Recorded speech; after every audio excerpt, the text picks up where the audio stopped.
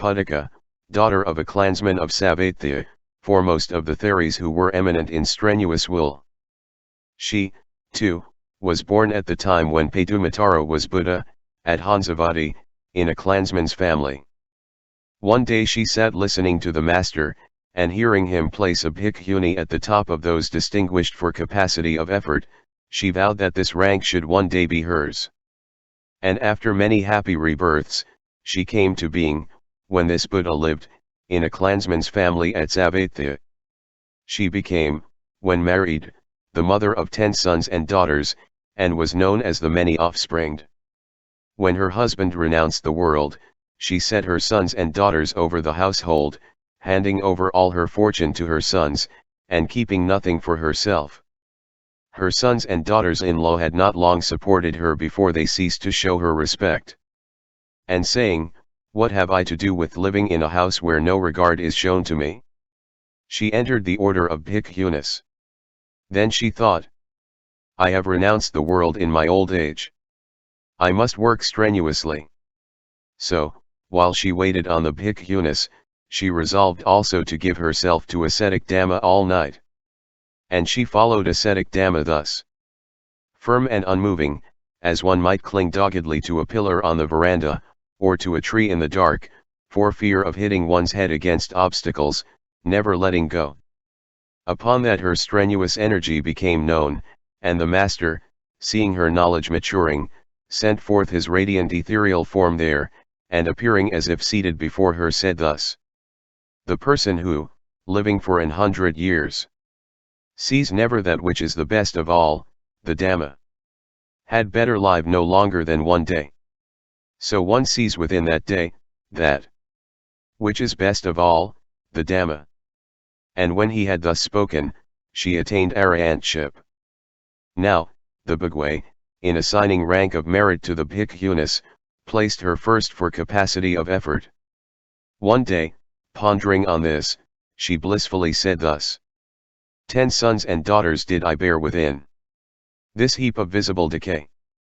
Then weak and old I drew near to a bhikkhuni. She taught to me the Dhamma, in which I learnt.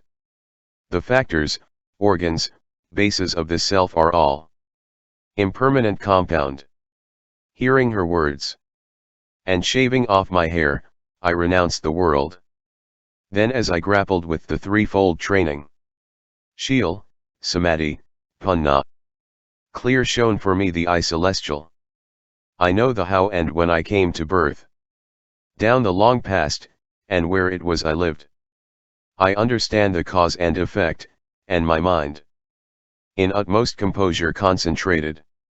Mine is the ecstasy of freedom one. Holding to naught, I in Nibbana live. This 5-grouped being have I understood.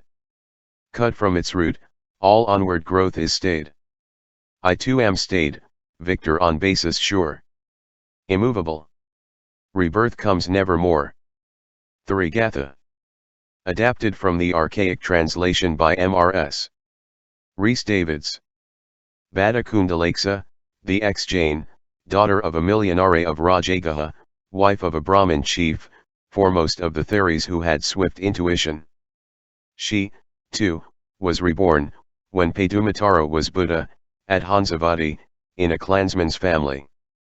One day she sat listening to the master, and hearing him place a bhikkhuni at top of those whose intuition was swift, she vowed that this rank should one day be hers. After working much merit, and experiencing eons of rebirth among gods and men, she became, when Kassapa was Buddha, one of the 7 daughters of Kiki, king of Kasi. And then for 20,000 years she followed holy single life of celibacy, and built a cell for the order. Finally, in this Buddha era, she was born at Rajagaha, in the family of the king's treasurer called Bada. Growing up surrounded by attendants, she saw, looking through her lattice, Sathaka, the royal priest's son, a thief, being led to execution by the city guard by order of the king. Falling in love with him, she fell prone on her couch, saying, "If I get him, I shall live. If not, I shall die." Then her father, hearing of her state, out of his great love for her, bribed the guard heavily to release the thief, let him be bathed with perfumed water, adorned him, and let him come where Bhatta, decorated in jewels, waited upon him. Then Sathaka very soon desired her jewels, and said, Bhatta, when the city guards were taking me to the robber's cliff, I vowed to the cliff deity that if my life were spared I would bring an offering. Do you make one ready? Wishing to please him, she did that, and adorning herself with all her jewels, mounted a chariot with him, and drove to the cliff. And Sathaka, to have her in his power, stopped the attendants. And taking the offering, went up alone with her, but spoke no word of affection to her. And by his behavior she discerned his plot. Then he made her take off her outer robe and wrap in it the jewels she was wearing. She asked him what had she done wrong, and he answered, You fool, do you fancy I have come here to make offering? I have come to get your ornaments. She, but whose, then, dear one, are the ornaments, and whose am I? Thief, I know nothing of that division. She, so be it, dear. But grant me this one wish. Let me, while wearing my jewels, embrace you. He consented, saying, Very well. She upon that embraced him in front, and then, as if embracing him from the back, pushed him over the precipice. And the deity dwelling on the mountain saw her do this feat and praised her cleverness, saying, Not in every case man is wiser ever. Woman, too, when swift to see, may prove as clever. Not in every case is man the wiser reckoned. Woman, too, is clever, and she think but a moment. From that time on Bhatta thought, I cannot, in this course of events, go home. I will go hence, and leave the world. So she entered the order of the Niganthas. And they asked her, In what grade do you make renunciation? In whatever is your extreme grade, she replied, perform that on me. So they tore out her hair with a palmyra comb. When the hair grew again in close curls they called her curly hair. During her probation she learnt their course of doctrine and concluded that, so far as they go they know, but beyond that there is nothing distinctive in their teaching. So she left them. And going wherever there were learned persons, she learnt their methods of knowledge till, when she found none equal to debate with her, she made a heap of sand at the gate of some village or town, and in it set up the branch of a rose apple, and told children to watch near it, saying, Whoever is able to join issue with me in debate, let him trample on this tree branch. Then she went to her dwelling, and if after a week the tree branch still stood, she took it and departed. Now at that time our Bhagwa, rolling the will of the excellent Dhamma, came and dwelt in the Jetavana Grove near Savatya, just when Curly Hair had set up her tree branch at the gate of that city. Then the venerable captain of the Dhamma entered the city alone, and, seeing her tree branch, felt the wish to subdue her. And he asked the children, Why is this tree branch stuck up here? They told him. The elder said, If that is so, trample on the tree branch. And the children did so. Then Curly Hair, after seeking her meal in the town, came out and saw the trampled tree branch, and asked who had done it. When she heard it was the elder, she thought, an unsupported debate is not effective, and going back into Savatya, she walked from street to street, saying, Would you see a debate between the Sakyan ascetics and myself? Thus, with a great following, she went up to the captain of the Dhamma, who was seated beneath a tree, and, after friendly greeting, asked, Was it by your orders that my rose apple tree branch was trampled on? Yes, by my orders. That being so, let us have a debate together. Let us, Bhatta. Which shall put questions, which shall answer? Questions put to me. Do you ask anything you yourself think of? They proceeded thus, the elder answering everything, till she, unable to think of further questions, became silent. Then the elder said, You have asked much. I, too, will ask, but only this question. Ask it, Lord. 1. What is that? Curly hair, seeing neither end nor point to this, was as one gone into the dark, and said, I know not, Lord. Then he, saying, You know not even thus much. How should you know anything else? Taught her the Dhamma. She fell at his feet, saying, Lord, I take refuge with you. Sariputta, come not to me, Bhatta, for refuge. Go for refuge to the Bhagwa, supreme among men and gods. I will do so, Lord, she said. And that evening, going to the master at the hour of his teaching the Dhamma, and worshipping him, she stood on one side. The master, discerning the maturity of her knowledge, said, Better than 1,000 verses, where no prophet wings the word, is a solitary stanza bringing calm and peace when heard. And when he had spoken, she attained arahantship, together with thorough grasp of the letter and the spirit. Now she entered the order as an arahant, the master himself admitting her. And going to the Bhikkhunis' quarters, she dwelt in the bliss of fruition and nibbana, and blissful in her attainment said thus: Hairless, dirt-laden, and half-clad, so I lived. Formerly, believing that harmless things held harm, nor was I aware of harm in many things in which, in truth, harm exists. Then I went to meditate alone in the shade, up to the vulture's peak, and there I saw the Buddha, the Immaculate, surrounded by and followed by the Bhikkhu order. Low on my knees I worshipped, with both hands, adoring. Come, Bhatta. The master said. By that to me was ordination given. Lo! 50 years have I a pilgrim been.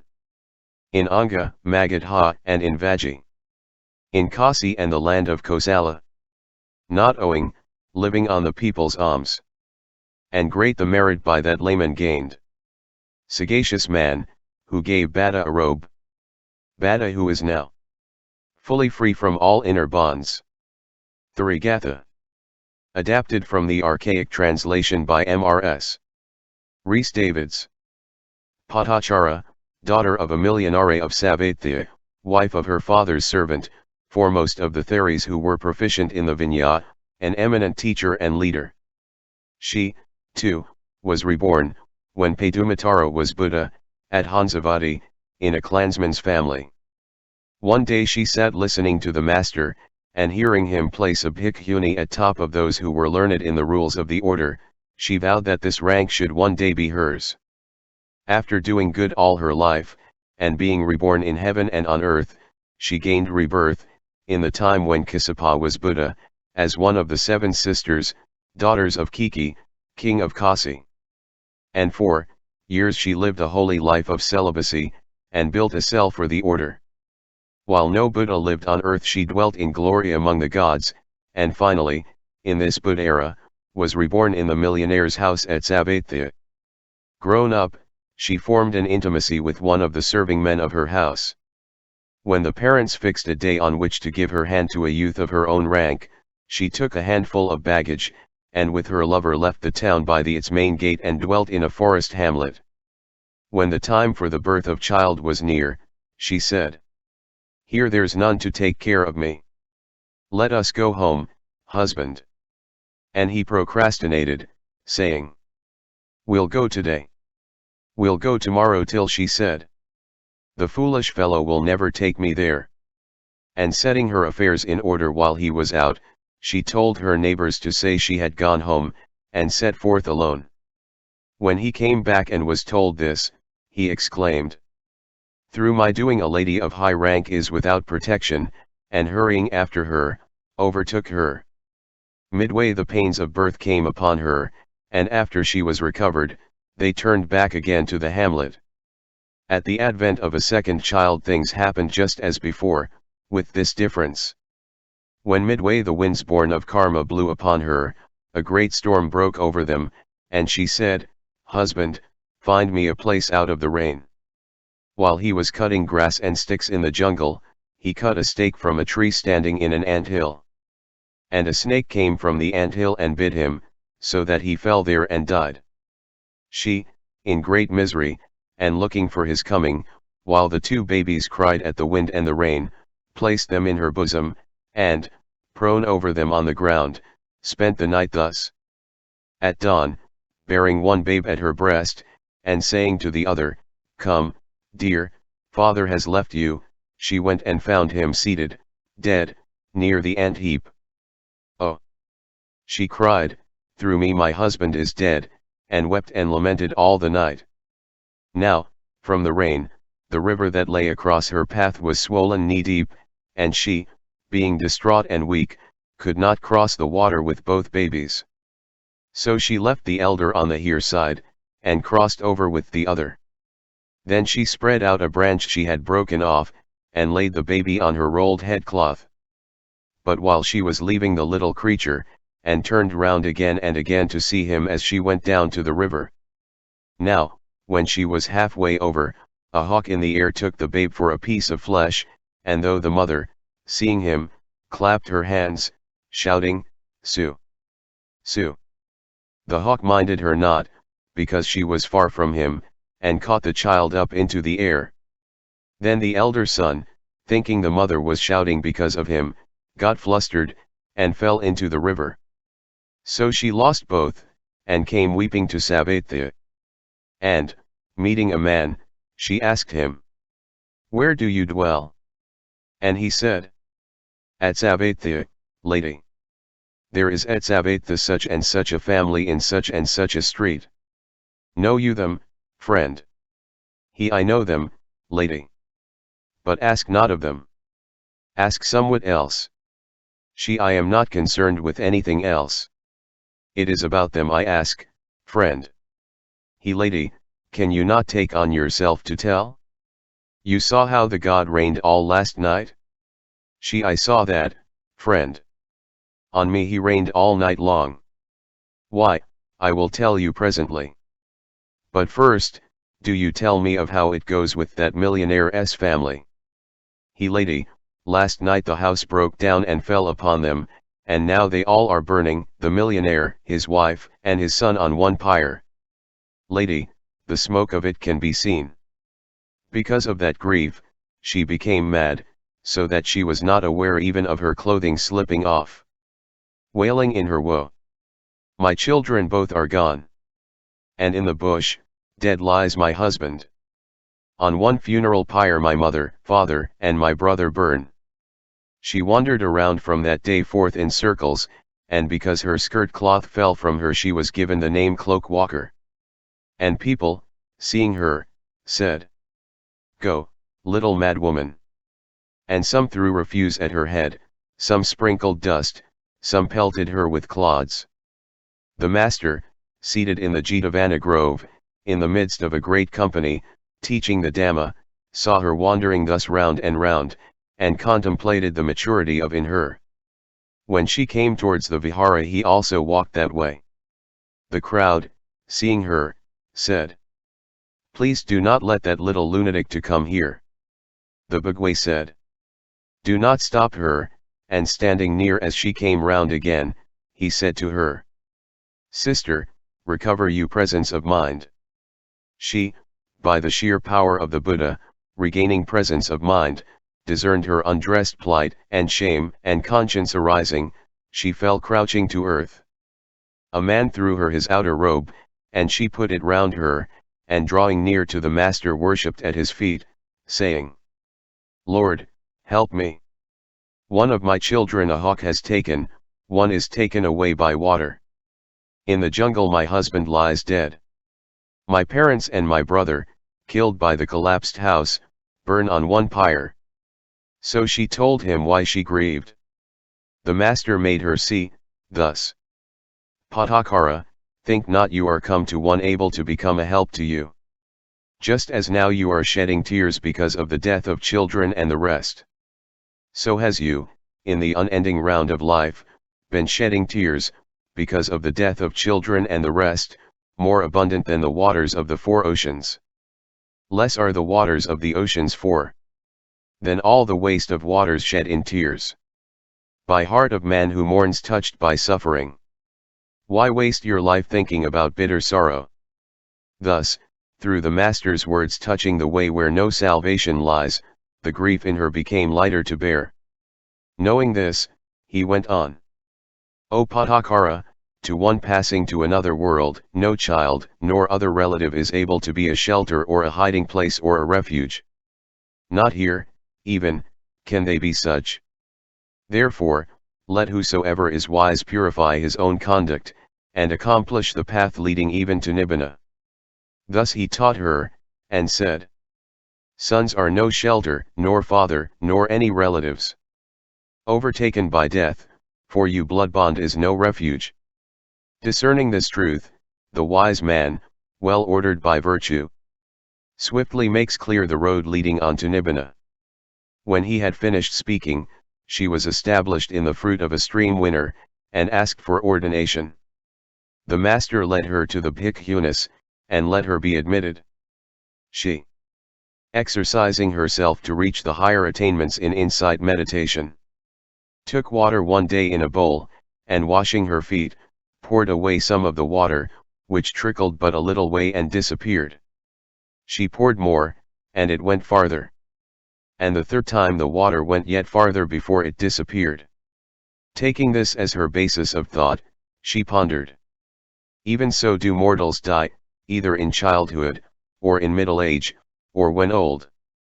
And the Master, seated in his fragrant chamber, sent his radiant ethereal form, and appeared as if speaking before her, saying, even so, O Patacara, are all mortals liable to die. Therefore is it better to have so lived as to see how the 5 khandhas come and go, even were it for one day only, but for one moment than to live for 100 years and not see that. The man who, living for 100 years, sees never how things arise and die, had better live no longer than one day. So, in that day, he sees the truth of impermanence. And when he had finished, Patacara won arahantship, together with thorough grasp of the Dhamma in form and in meaning. From that time on, looking back at how she had attained while yet a student, and magnifying the advent of this upward change, she blissfully said thus. With plowshares plowing up the fields, with seed sown in the breast of earth, men get their crops, enjoy their gains and nourish wife and child. Why cannot I, whose life is pure, who seek to do the Master's will, no sluggard am, nor puffed up, win to Nibbana's bliss? One day, bathing my feet, I sat and watched the water as it trickled down the slope. By that I had set myself firm, as one does train a horse of noble breed. Then going to my cell, I take my lamp, and seated on my couch I watch the flame. Grasping the pin, I pull the wick right down into the oil. Lo! The Nibbana of the little lamp. Enlightenment dawns. My mind is now freed. Therigatha. Adapted from the archaic translation by Mrs. Rhys Davids. 30 Theries under Patacara declare their Anna. They, too, having made vows under former Buddhas, and accumulating good karma, consolidated the conditions for enlightenment. They came to birth, in this Buddha period, in clansmen's families in different places, heard Patacara teach, developed faith, and became ordained. To them, perfecting virtue and fulfilling their duties, she one day gave this teaching. Men, with pestle are busy pounding rice.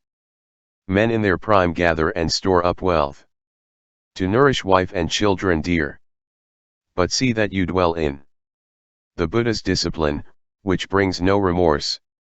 Swiftly bathe your feet, then sit down with one mind, and let your consciousness become equanimous, in order to do well in the Buddha's discipline. Then those Bhikkhunis, abiding in the Theri's admonition, established themselves in insight meditation, performed exercises in that, and brought knowledge to such maturity, the promise, too, being in them, that they attained arahantship, together with thorough grasp of the Dhamma in letter and in spirit. And looking back at that, they blissfully said thus, adding the Theri's verses to their own. Having heard her talk, under Patacara's teaching, bathing their feet, they sat down apart with one mind, and with consciousness in equanimity, with calmed mind, following thus the discipline of the Buddha. While past the first watch of the night, there rose long memories of the past lives. While past the second watch, arose within the clarified divine eye celestial, of purity. While past the last watch of the night, they burst, and broken aside is the gloom of ignorance. Then rising to their feet they praised her as blessed. Fulfilled is your will, and we take you as like Inda chief over the 33 gods, unconquered in celestial wars. We place you as our chief, and so shall we live. The threefold wisdom we have won, and worldly desires are removed. Therigatha. Adapted from the archaic translation by Mrs. Rhys Davids. Chanda, daughter of a poor Brahmin. She, too, having lived in former ages like the previous, was, in this Buddha era, born in a Brahmin village as the daughter of a Brahmin of whom nothing is known.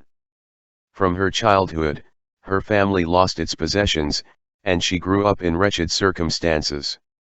Now, in her home the snake blast disease broke out, and all her family caught it, and died.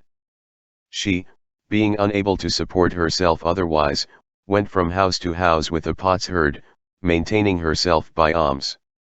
One day she came to where Patacara had just finished her meal. The bhikkhunis, seeing her wretched and overcome with hunger, received her with affectionate kindness in the pity they felt for her, and satisfied her with such food as they had. Gladdened by their virtuous conduct, she drew near to the Theri, saluted her, and sat down on one side while the Theri discoursed. She listened in delight, and, growing anxious concerning the round of life, renounced the world.